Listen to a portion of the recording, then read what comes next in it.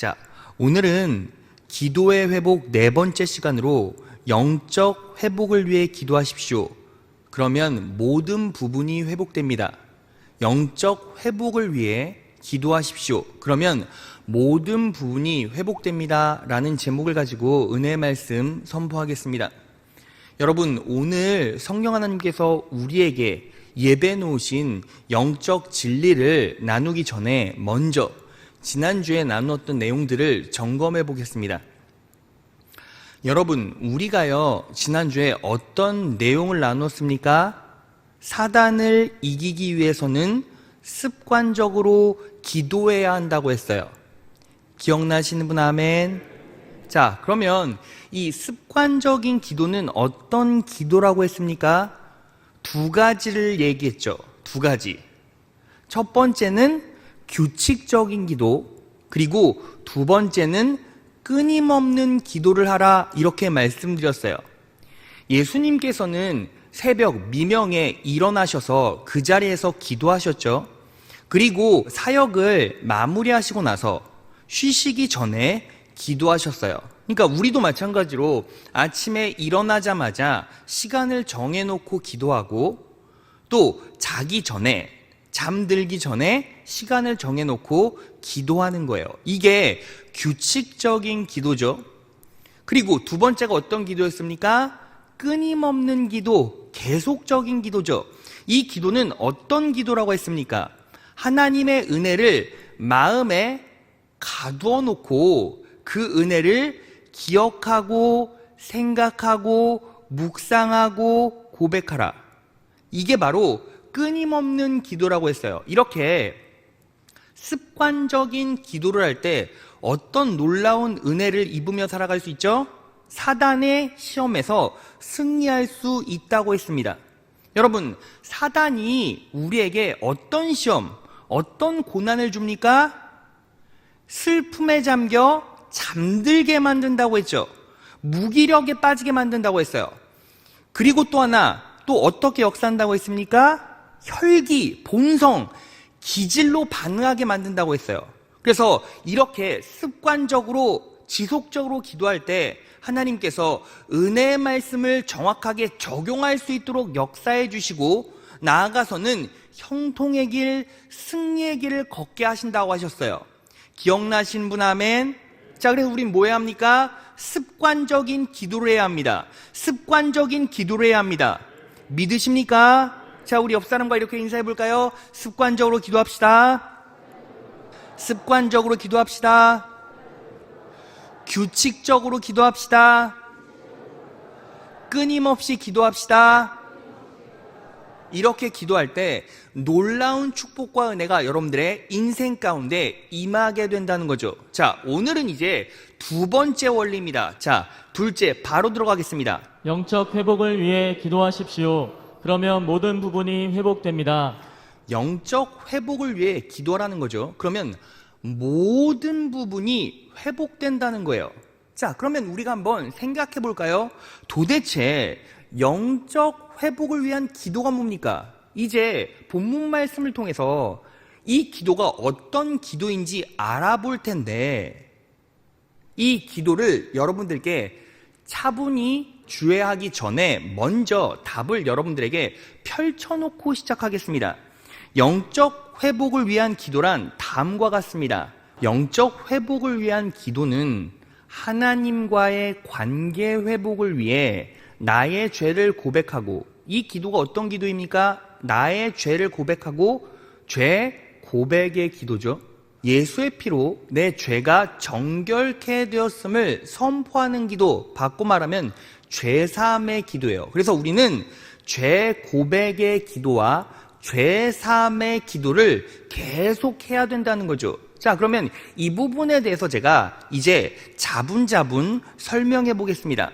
오늘 본문 말씀 누가복음 22장 41에서 42절을 보면 예수님께서 겟세마네 동산에서 다음과 같이 기도하셨어요. 41절을 보면 무릎 꿇고 기도하여 가라사대 아버지여, 만일 아버지의 뜻이어든 이 잔을 내게서 옮기시옵소서. 그러나 내 원대로 마옵시고 아버지의 원대로 되기를 원하나이다 하시니 라고 기도하셨죠.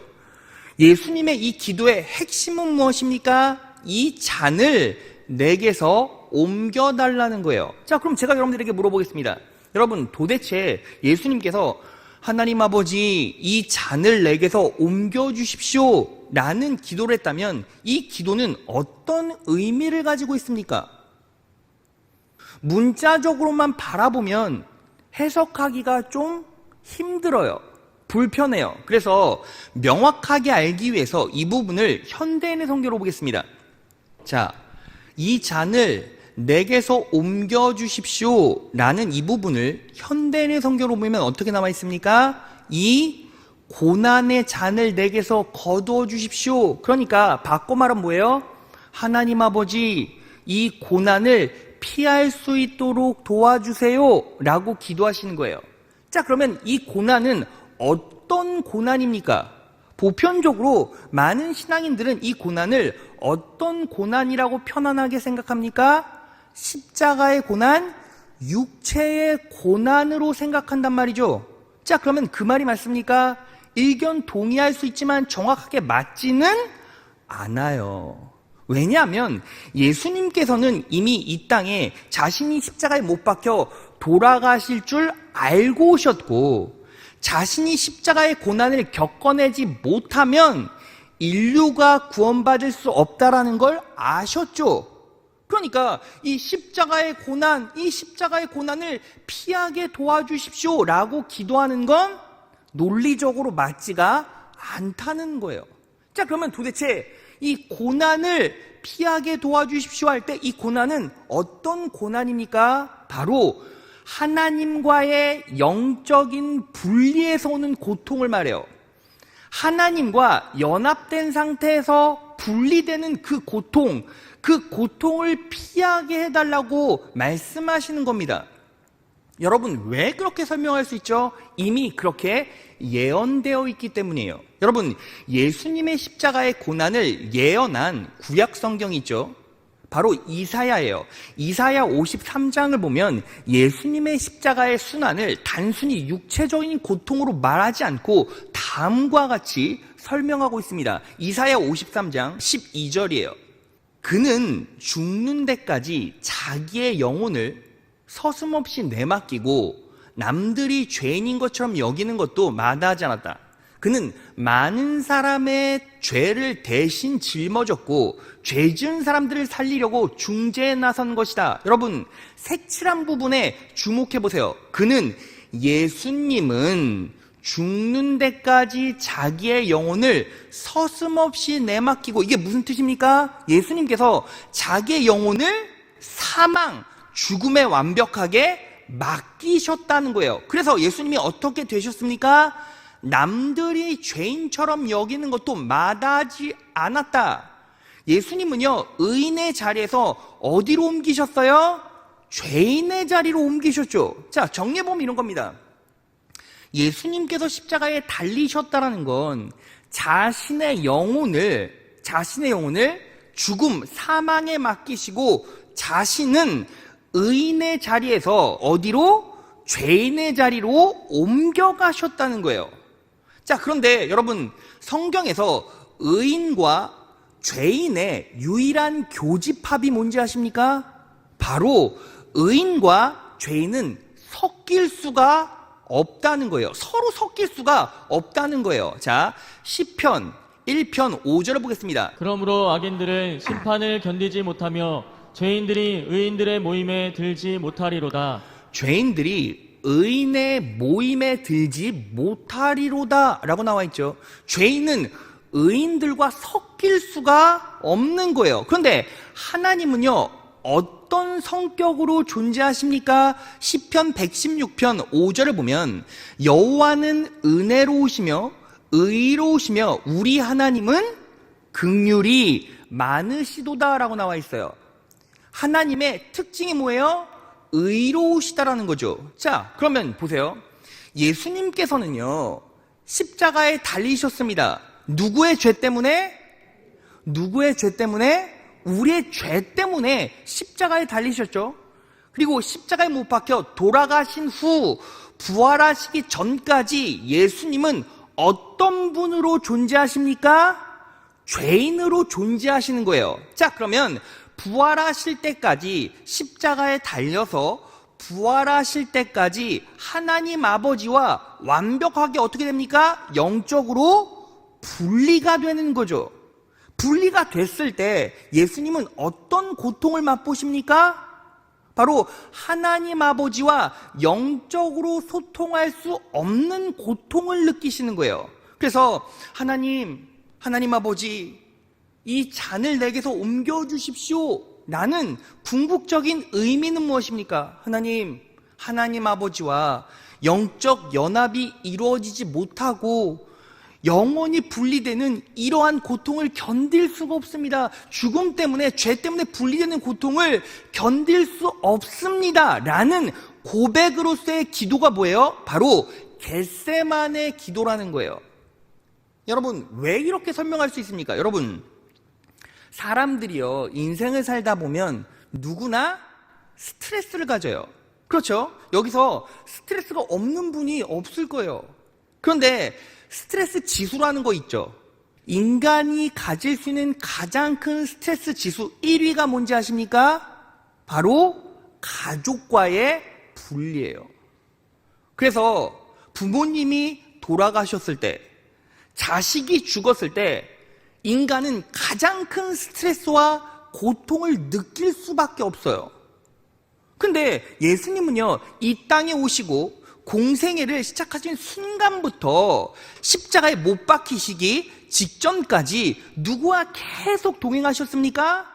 하나님 아버지와 동행하시고 그분과 영적으로 결합된 상태에서 일하시는 거예요.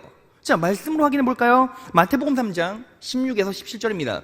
예수께서 세례를 받으시고 곧 물에서 올라오실새 하늘이 열리고 하나님의 성령이 비둘기같이 내려 자기 위에 임하심을 보시더니, 성령님이 자기 위에 임하심을 보셨죠. 이게 무슨 뜻입니까? 성령 하나님의 임재를 경험하고 느끼고 누렸다는 거죠.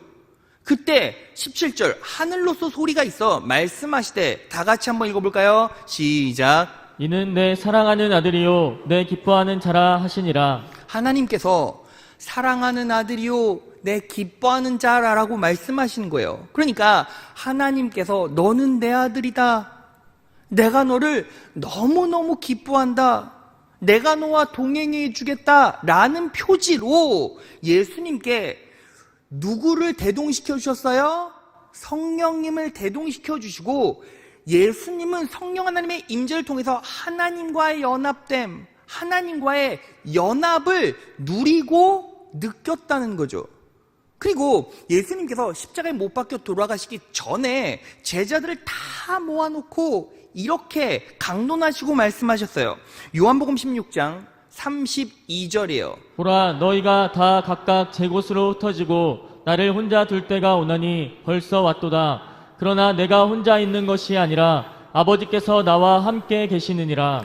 아버지께서 누구와 함께 계셔요? 나와 함께. 예수님께서는요, 십자가에 달리시기 전까지도 누구와 계속 함께 계셨어요? 아버지와 함께 계셨다고요. 그러니까 예수님이요, 인간 되시고 이제 십자가에 달리기 직전에 무엇을 처음 경험하신 거예요? 아버지 하나님과의 영적 분리를 처음 느끼신 거예요.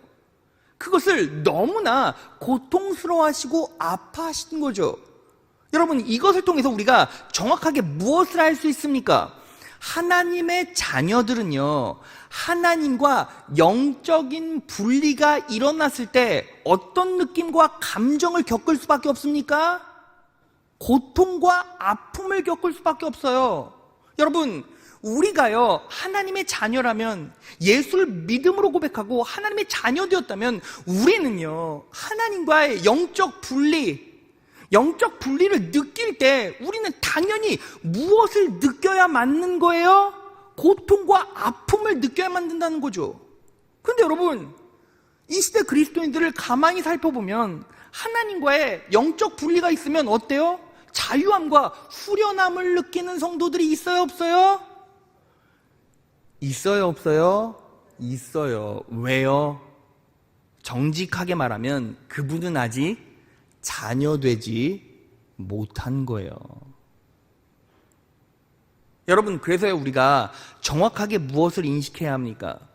하나님과 연합할 때 하나님의 부유하심과 충만함을 내 영혼이 느끼고 내 육신이 잘 되고 그리고 그 놀라운 축복이 내 삶으로 확장되어 가요. 그것이 바로 우리가 하나님 아버지와 온전히 연합해야 하는 이유예요. 여러분, 정확하게요. 자녀가 된 사람들, 예수를 그리스도라 믿으시는 분 아멘. 하나님이 우리 아버지 되시는 분 아멘. 여러분, 사단의 자녀, 세상의 자녀들은요, 자기 맘대로 살다가 자기가 열매 맺고 욕망껏 살다가 죽으면 어디 가요? 지옥 간다고요.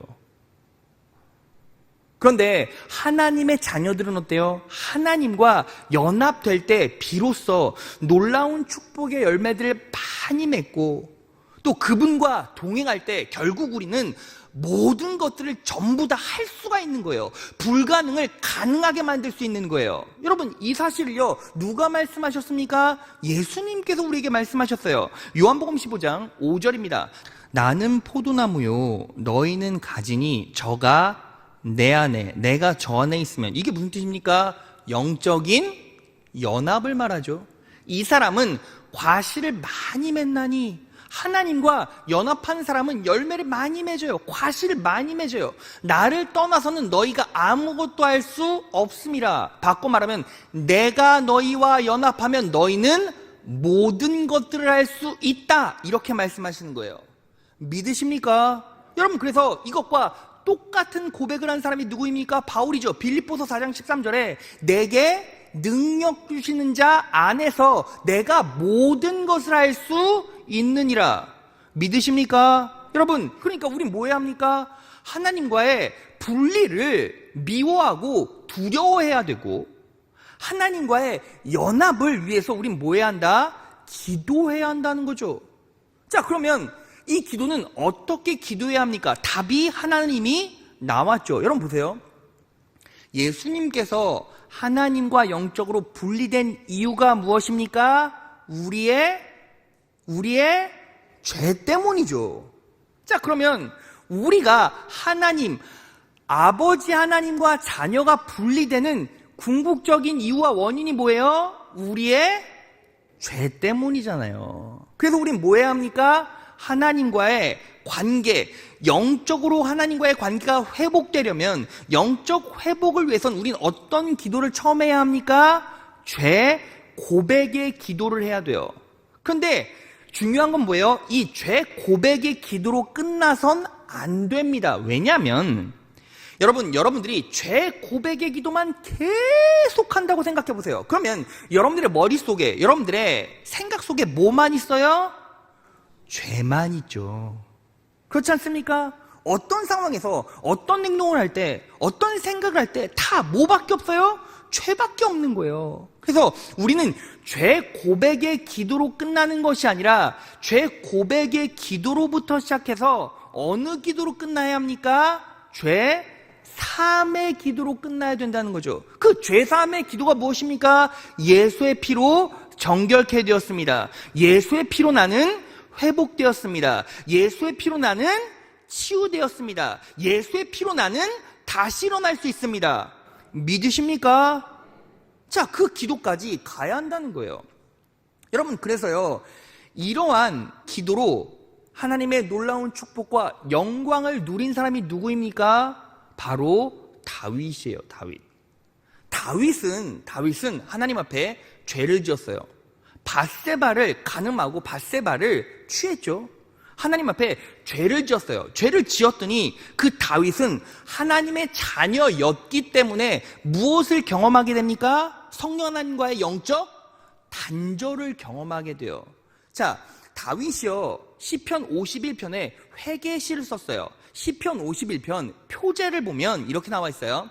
다윗이 밧세바와 간음한 후 예언자 나단이 그에게 왔을 때 지은 시, 죄 짓고 지은 회개시예요. 그런데 밧세바를 간음한 후에 다윗은 정확하게 무엇을 겪었습니까? 시편 51편 11절을 보겠습니다. 나를 주 앞에서 쫓아내지 마시고 주의 성령을 내게서 거두지 마소서. 무슨 뜻입니까? 하나님과의 영적 단절이 너무나 아프고 두렵고 힘듭니다.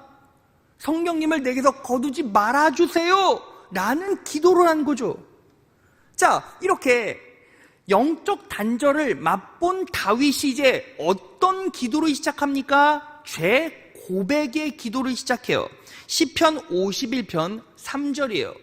대전하는 내 죄가라오니, 이게 무슨 뜻입니까? 나는 내 잘못을 인정하며 라는 뜻입니다. 내 죄가 항상 내 앞에 있나이다. 죄가 항상 내 앞에 있대요. 이게 무슨 뜻입니까? 내 삶에 죄가 있는데 그 죄가 나를 유혹할 수 있고 공격할 수 있고 시험할 수 있음을 압니다. 인식합니다. 그래서 그 죄를 경계하고 미워합니다 라는 뜻까지 가지고 있어요. 그래서 죄 고백의 기도는 어떻게 합니까? 하나님과 나와의 관계를 무너뜨리는 원인들이 있죠. 그 원인이 내 마음 가운데 그대로 들어와 있으면 우리는 뭐 하는 거예요? 하나님, 제가요 연약해서 무너졌습니다. 또 이 죄를 지었네요. 하나님이 이제 제 앞에 있는 이 죄를 미워하고 경계하겠습니다. 이런 죄 고백의 기도가 내 기도 가운데 터져 나와야 한다는 거예요. 자, 그러면 이 시대를 살아가는 많은 그리스도인들이 어떤 죄성을 띠고 어떤 죄를 짓고 살아갑니까? 여러분, 우리가요 앞서 확인한 것처럼 죄 정의는 뭐예요? 죄 정의는 하나님과 하나님 아버지와 자녀와의 관계를 단절시키는 거. 이게 뭐예요? 죄잖아요. 그러면 여러분, 우리는 삶을 살아가면서 하나님과 우리와의 관계를 단절시키는 게 뭐가 있습니까?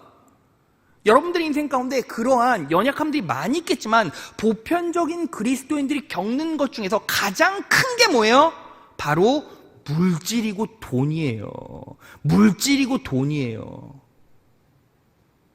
여러분, 제가요 몇 주 전에 신학교 동기 목사님한테 전화를 받았는데 그 동기 목사님의 후배가 3년 전에 개척을 했대요. 개척을 했는데 생각보다 개척 멤버도 풍부했고 한 20여 명 됐다니까 뭐 적은 숫자가 개척한 건 아니에요. 근데 2, 3년 딱 지나니까 성도들은 다 털려나가고 그리고 너무 힘들다는 거예요. 그래서 조언 좀 해달라고 전화가 왔어요. 근데 결국에는 1시간 이렇게 쭉 얘기해 보니까 그 목사님의 고충이 뭔지 아십니까? 목사님, 저는요 돈이 없어서 목회 못하겠습니다. 재정이 너무 힘들어서 목회 못하겠습니다 라고 이야기하는 거예요. 결국 대화의 골격은 돈이 없어서 목회 못하겠습니다 라고 얘기했어요. 그래서 제가요 그냥 부드럽게 이렇게 얘기했습니다. 목사님, 목회하려면 돈이 많이 필요하겠죠? 네, 그렇습니다 라고 얘기했어요. 그래서 제가 얘기했습니다. 목사님, 그러면 목회 그만하세요. 목회 그만하세요. 근데 그분도 감정이 좀 올라온 것 같아요. 제가 설명해 볼까요? 돈 때문에 목회를 못한다는 목사가 있어요. 그러면 그 교회에서 성장하는 성도의 고백은 뭘까요? 목사님, 저는 돈이 없어서 장로 못합니다. 나는 돈이 없어서 권사 못합니다. 나는 돈이 없어서 하나님 일 못합니다 라고 고백하는 성도들이 양산되겠네요. 왜요? 목사님이 돈이 없어서 목회 못한다며요. 그럼 목사님 밑에서 자라는 성도들은 다 그런 고백 한 번씩은 하겠네요. 그러니까 목회하지 마세요. 제가 보니까 목사님은요 돈이 없는 게 아니라 예수가 없네요. 여러분, 이 시대를 살아가는 많은 그리스도인들이 예수를 믿습니다, 하나님 아버지입니다 라고 고백하면서도 어때요? 내 삶의 최우선순위가 예수님이 아니에요. 어떻게 증거를 나타낼 수 있습니까? 여러분 보세요. 성도들 중에서 이런 성도들 진짜 많아요. 목사님, 제가요 진짜 예배 가고 싶은데 바빠서 못 가요. 일이 너무 많아서 갈 수가 없어요. 아니, 공예배, 수요일, 금요철에는 고사하고 주일 예배 한 번 가기도 벅차서요. 한 달에 한두 번쯤 가면 진짜 잘 갈 것 같은데요? 라고 말해요. 여러분, 제가요 그분한테 뭐라고 말씀드리기보다 제가 이렇게 설명해 볼게요. 사도행전 5장에 보면 아나니아와 삽비라가 나오죠. 아나니아와 삽비라는 저주받아 지옥 갔어요. 이유가 무엇입니까? 자기의 재산 중에 일부를 감췄잖아요. 근데 여러분, 아나니아와 삽비라의 변은 무엇이었을까요? 이랬을 거예요. 아니, 그래도 저는 먹고는 살아야 되잖아요. 먹고 살려면 돈이 필요하잖아요. 그러니까 제 삶에 그냥 일부만 드리고 나머지는요 먹고 살아야 되니까 그냥 빼놓을게요. 이 고백이죠. 아, 목사님, 저는 다 나올 수가 없어요. 왜요? 먹고는 살아야 되니까요. 먹고는 살아야 되니까 그냥 가끔 한 번씩 간헐적으로 가거나 격주로 가거나 할게요. 나는 그 성도와 아나니아와 삽비라가 뭐가 다르죠? 똑같아요. 제가 그 목사님 보니까 너무 마음이 아팠어요. 근데 여러분, 정확하게 말씀드릴게요. 하나님의 일을 돈으로 합니까? 목회를 돈으로 합니까? 돈이 있어야 목회합니까? 그렇지 않아요. 하나님의 일은 예수 그리스도로 하는 겁니다.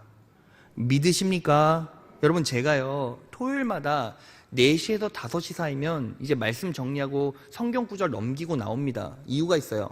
빠른 저녁을 먹고 말씀 묵상하고 기도하러 갑니다. 그래서 여러분, 제가요 토요일 날 하나님 앞에 말씀 붙잡고 기도하지 않으면요, 그 시간을 소화하지 않으면 안 돼요. 이유가 뭔지 아십니까? 제가 능력이 없어요. 여러분, 제가 진심으로 능력이 없어요. 그래서 토요일 날 저는요 웬간하면 큰 행사 같은 거, 정말 가지 않으면 안 될 행사 같은 거를 빼면 토요일 날 움직이질 않아요. 그냥 회의 마치고 나서 말씀 정리하고, 그리고 PPT 성경 구절 넘기고, 그리고 한 4시에서 5시 사이면 집에 가서 이른 저녁을 먹고 빨리 기도하러 갑니다. 기도하러 가서 하나님께 응답받고 내려와요. 왜요? 하나님께서 주시는 선명한 응답도 없는데 제가 이 자리에서 무엇을 얘기합니까? 여러분, 이 시대의 교회가 망하는 이유가 뭔지 아십니까? 이 강단에서 처세술을 얘기하고 살아가는 방법을 얘기하기 때문에 그 교회는 다 망하는 거예요. 본질적으로 이 단에서 선포돼야 될 분은 누구밖에 없어요? 예수 그리스도밖에 없는 거예요. 믿으십니까? 그래서 저는요 토요일날 주일은요 식사도 거의 하지 않아요. 왜냐면 제가요 긴장해서요, 막 설사하면 배탈에도 나면 안 되니까 소화도 안 되고.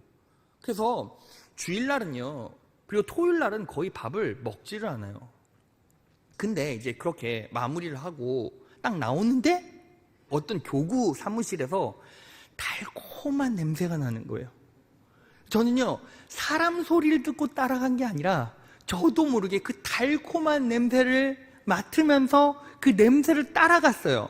그랬더니 그 교구 사무실에 권사님이랑 장로님이랑 두런두런 앉아서 고구마를 굽고 있어요.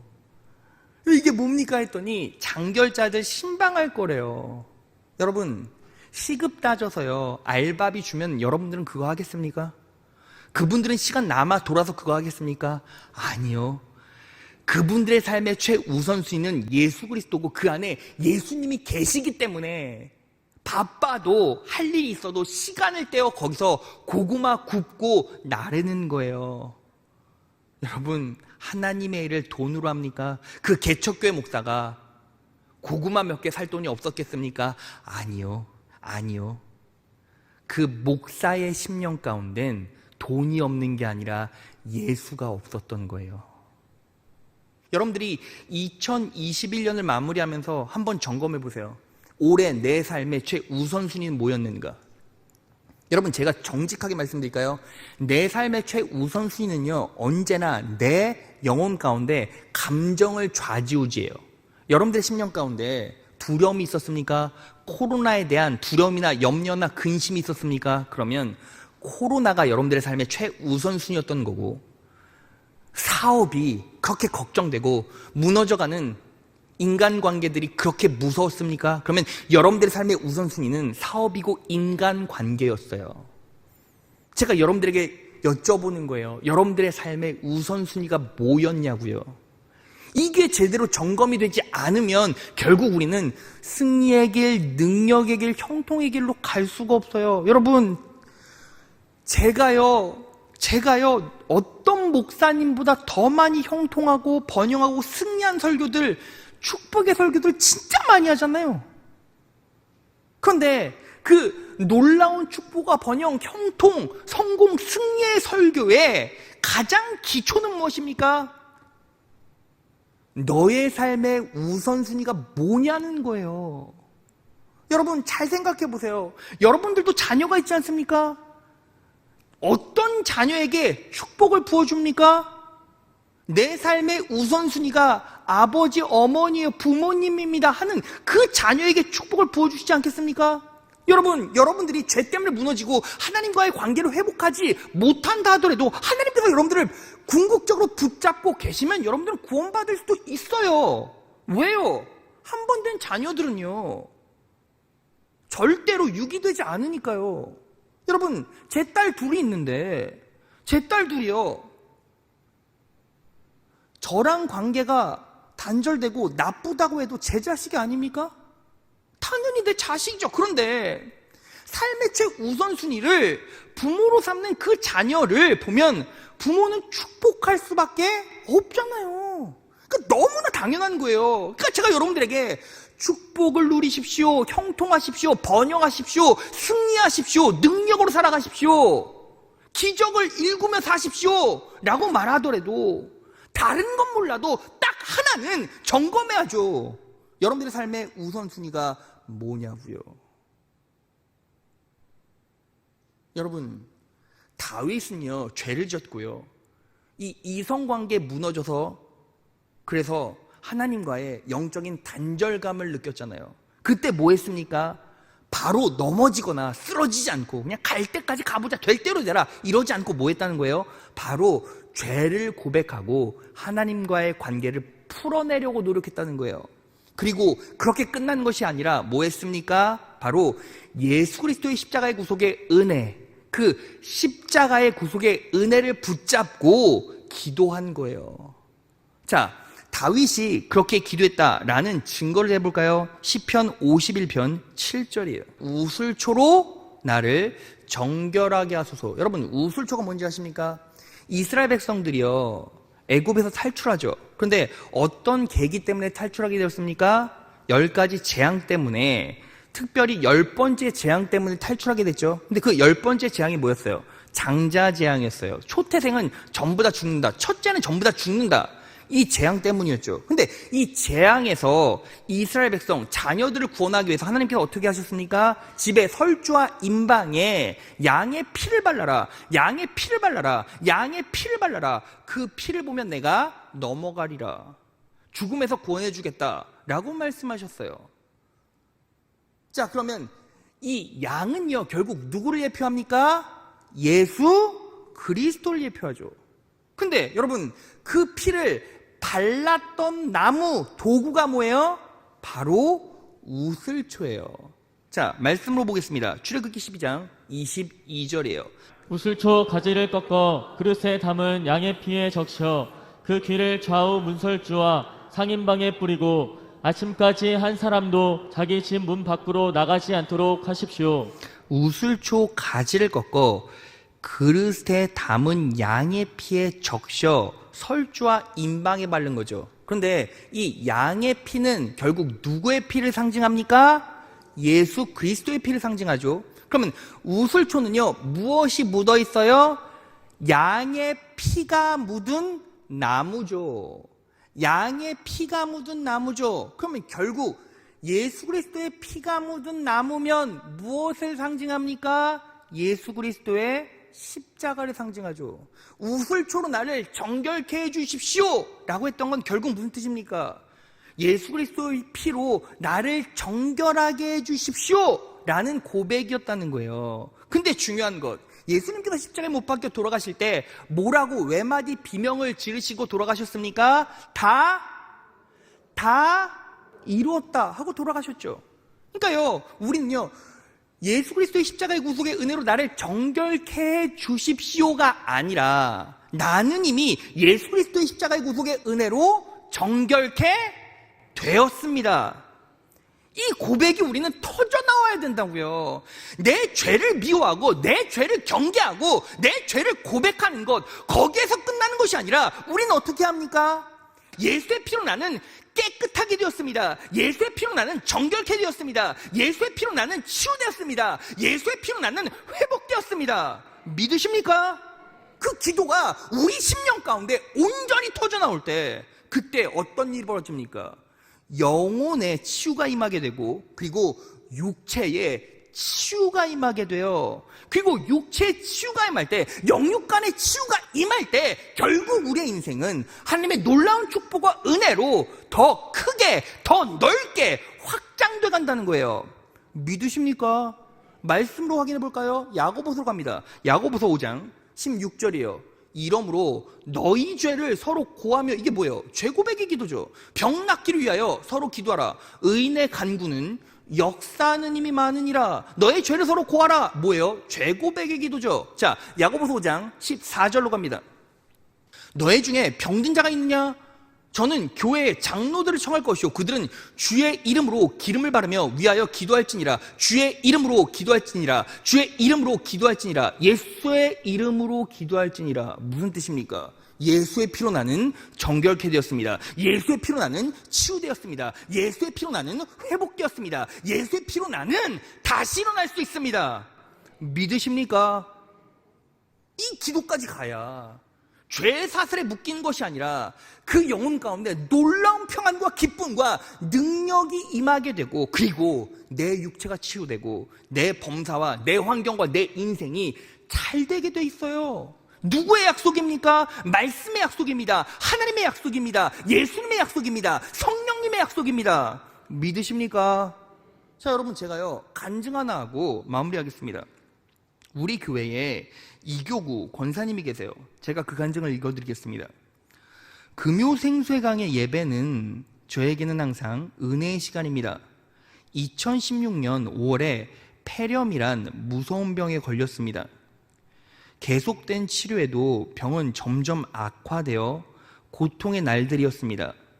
계속된 고열에 몸도 마음도 약해져서 하나님을 찾지 않고 이대로 죽는 게 좋겠다는 생각에 슬프고 너무 외롭다는 마음이었는데, 순간 이것은 병이 아니라 하나님께서 나에게 기도하라는 선물인가 라는 깨달음이 와서 눈물의 회개 기도를 간절히 드렸습니다. 기도 후에 놀랍게도 고통스러운 마음에 평안이 왔고 너무 기뻤고 오직 감사뿐이었습니다. 그 다음날 치료 중 의사분이 열이 내리지 않음의 심각함에 빨리 큰 병원으로 가라며, 서울대병원으로 당장 가라며 의뢰서를 갖고 서울대 응급실을 찾았지요. 다시 검사가 시작되었지만 마음은 아무것도 염려 말라는 하나님 말씀 믿고 평안했지요. 결과는 아주 깨끗하니 퇴원하세요 였습니다. 빨리 깨닫고 회개 기도 드렸으면 하나님의 은혜에 감사할 뿐입니다. 여러분, 이 짧은 간증에도 놀라운 핵심들이 있어요. 자, 핵심 보겠습니다. 2016년 5월에 폐렴이란 무서운 병에 걸렸습니다. 고난이 찾아왔죠. 하나님을 찾지 않고 이대로 죽는 게 좋겠다는 생각에 뭐예요? 영적인 분리가 왔어요. 하나님과 연합하던 이 권사님이 고난이 오니까 영적인 분리를 맛봤어요. 하나님을 찾지 않고 이대로 죽는 게 좋겠다. 여러분, 하나님과 영적으로 분리되면 사람은 무엇을 생각하게 됩니까? 죽음을 생각하게 돼요. 그래서 하나님 믿지 않는 사람의 특징이 뭐예요? 에이, 다 죽어버렸으면 좋겠어. 이러다 죽겠지. 끝장이야. 다 망했어. 이런 말밖에 안 해요. 예수 믿지 않는 사람의 특징, 답이요, 술만 먹고요, 화만 나면요 다 죽여버려, 이런 얘기밖에 안 해요. 왜요? 하나님과 영적으로 분리되었기 때문에. 근데 깨달음이 와서 눈물의 회개 기도를 간절히 드렸습니다. 금요철야 시간에 이 비슷한 메시지를 계속 선포했죠. 죄고백, 죄삼의 기도를 하신 거예요. 자, 다음. 고통스러운 마음에 뭐가 왔고요? 평안이 왔고요. 성령 하나님의 첫 번째 표지, 최우선의 표지가 뭐예요? 평안이라고 했죠. 너무 기뻤고 오직 감사뿐이었습니다. 뭐가 회복됐어요? 영적인 회복이 되었죠. 다섯 번째, 아주 깨끗하니 퇴원하세요. 육적 회복이 일어났다는 거예요. 자, 여러분, 그런데요, 이 권사님을요 제가 알아요. 작년 초중반에 헌금을 내셨어요. 실제로는 제가 아무리 생각해봐도 이 권사님이 낼 수 있는 액수가 아닌 거예요. 그래서 제가 여쭤봤어요. 권사님, 이거 어떻게 이렇게 하나님께 올려드립니까? 힘드신 거 다 아는데요. 근데 그 권사님이 그런 얘기를 하세요. 목사님, 저는요 하나님께 올려드리는 게 제일 쉬워요. 하나님께 올려드리는 게, 하나님께 물질 올려드리는 게 제일 기뻐요. 근데 제가 그 순간 뭘 깨달았는지 아십니까? 이 권사님은 환경과 상황에 상관없이 부자다라는 생각을 했어요. 여러분 보세요. 세상에서요 사업장이 크고 회사에 직원도 많고 돈도 많아요. 근데 이런 분들 있죠. 더 돈 많이 벌어야지, 돈이 필요해. 내가 잘 살고 부자임에도 불구하고 돈이 필요해 계속 뭐만 얘기해요? 돈의 결핍만 얘기를 해요. 여러분, 돈의 결핍만 얘기하는 사람을 뭐라고 말하는지 아십니까? 가난한 자라고 말하는 거죠. 그런데 돈을 초월한 사람이 있어요. 그런 사람을 뭐라고 말합니까? 부자라고 말해요. 여러분들은 부자입니까? 가난한 자입니까? 여러분들의 행색과 여러분들의 가지고 있는 재정적 규모를 말하는 게 아니라 진짜 영적으로 여러분들은 부자입니까? 가난한 자입니까? 이 권사님은요 부자셨어요. 자, 말씀 정리해 보겠습니다. 여러분, 오늘 기도의 회복 네 번째 시간으로 영적 회복을 위해 기도하십시오. 그러면 모든 부분이 회복됩니다 라는 메시지로 말씀 전했습니다. 여러분, 혹시 궁금하실까봐 제가 말씀드릴게요. 그 개척교회 목사가 저한테 전화를 했잖아요. 말미에. 제가 이런 얘기를 하니까 당연히 상처를 받겠죠. 근데 한 50초간 아무 소리가 들리지 않아요. 저는 끊지 않고 있다는 걸 알았어요. 그런데 그 목사님이 흐느끼기 시작했고, 그리고 이 얘기를 했어요. 목사님, 제가 정말 잘못 생각한 것 같습니다. 실상은 목사님 교회는 규모도 있고 잘 되니까 조금이라도 도움을 받아보려고 했는데, 그래서 줄 좀 닿아서 해보려고 했는데, 제가 이 통화 받으니 제 영혼이 고장났고 제 영혼이 피폐했고 하나님과의 관계가 무너졌다는 걸 깨달았습니다. 이제 오직 예수 영적 회복을 위해 기도하겠습니다. 그리고 나서 몇 주 후에 제가요 마음이 편할 수가 없잖아요. 그래서 전화를 해봤어요. 근데 어떤 일이 벌어진지 아십니까?